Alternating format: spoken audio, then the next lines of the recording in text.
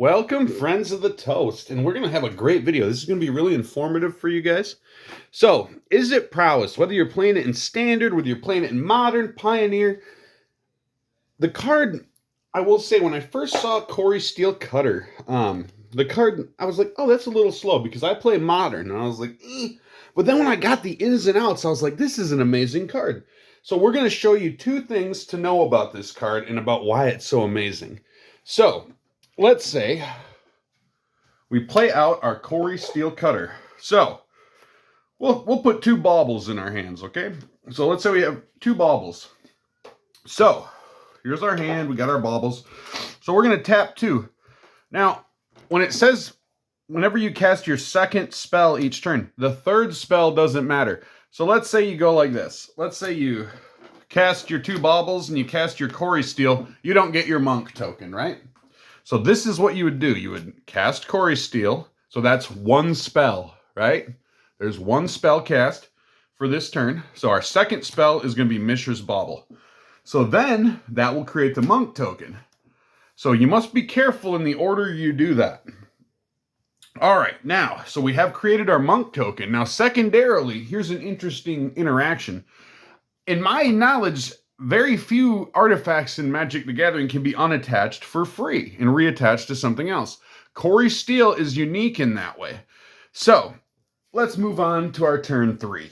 Right, friends? Are you liking this? This is informative. We're doing things. All right, look at that. All right, we're going to play our Mountain Sword. Turn 3, we got our Cori-Steel out. So, let's go ahead and do this.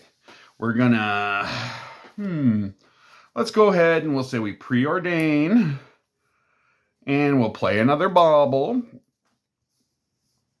So, Cori-Steel Cutter has created a new monk token, but this is where it gets neat, and this is where it gets overpowered, in my opinion, but overpowered in just the best way.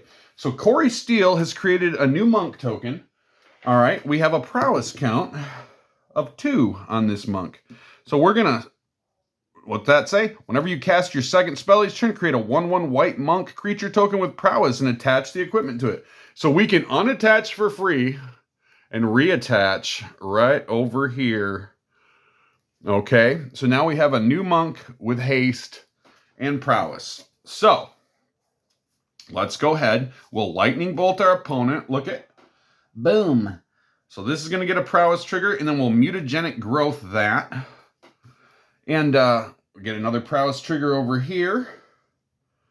So what we are going to have then, see, this monk's ready to attack. This one was given haste and trample. So we have a 4/4, doesn't have haste and trample, but that's okay. So the beauty of the Cori-Steel Cutter is the ability to move it.